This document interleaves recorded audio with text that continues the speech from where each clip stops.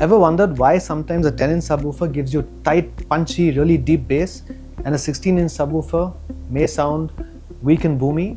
Subwoofers in a home theater are an art and a science, and in this video I'm going to break down some aspects of subwoofers and how you can optimize your room and your subwoofer choice to give you tight, punchy bass regardless of whether you're watching movies or listening to music. So first, what is bass and what does a subwoofer do? The human ear can hear frequencies from 20 Hz to 20 kHz. Depending on the kind of frequency, you need different drivers to reproduce sound in those frequencies. For higher frequencies, we have what we call a tweeter, and a high frequency is something like 10 kHz, and what that means is the tweeter needs to move 10,000 times a second. So it needs to be small and lightweight enough.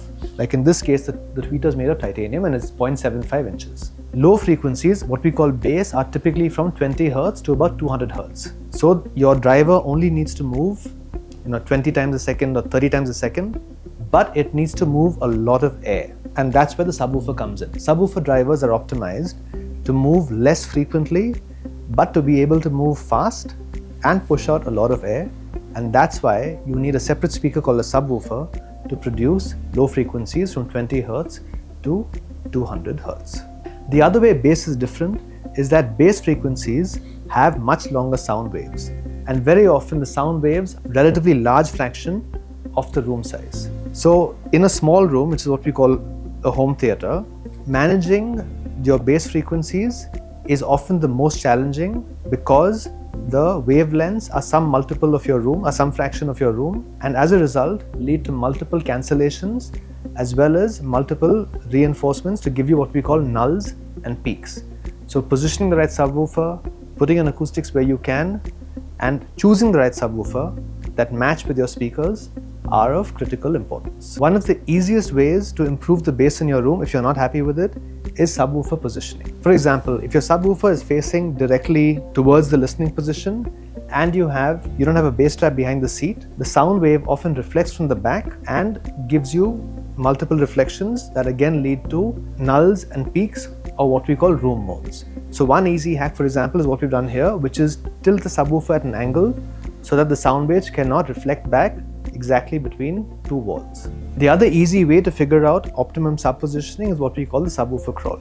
The way you do that is place your subwoofer in your listening position and you crawl around the room listening to where that subwoofer sounds best when you play a bass heavy track. The position where you are at, where the sub sounds best, is where you need to place the sub. The reason this works is that low frequencies are non-directional, meaning regardless more or less of where I place the sub in the room, my ear cannot tell where that sound is coming from. I can just feel the bass in my body. This is different from highs or mids, where the perception of where the sound is coming from is extremely dependent on the speaker position.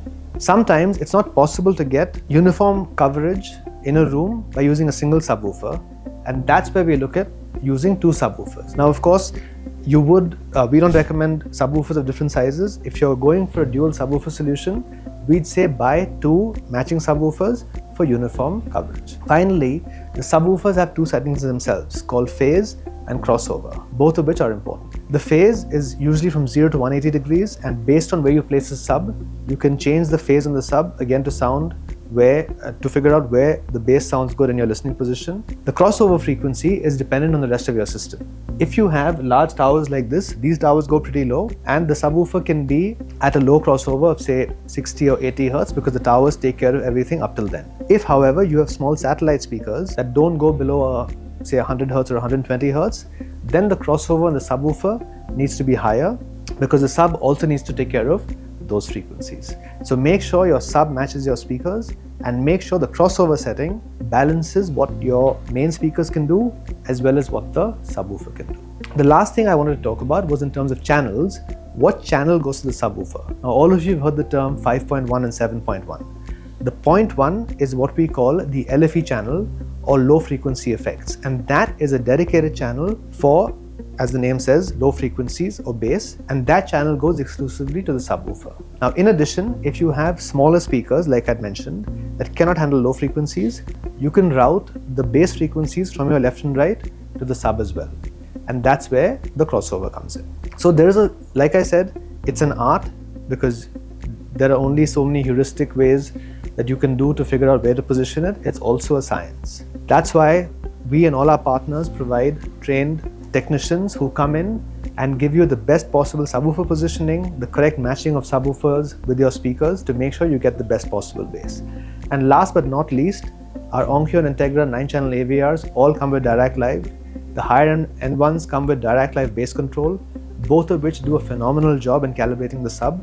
So if you are lucky enough to have a 9-channel AVR from Onkyo or Integra, make sure you use Direct to get the best possible bass output in your room.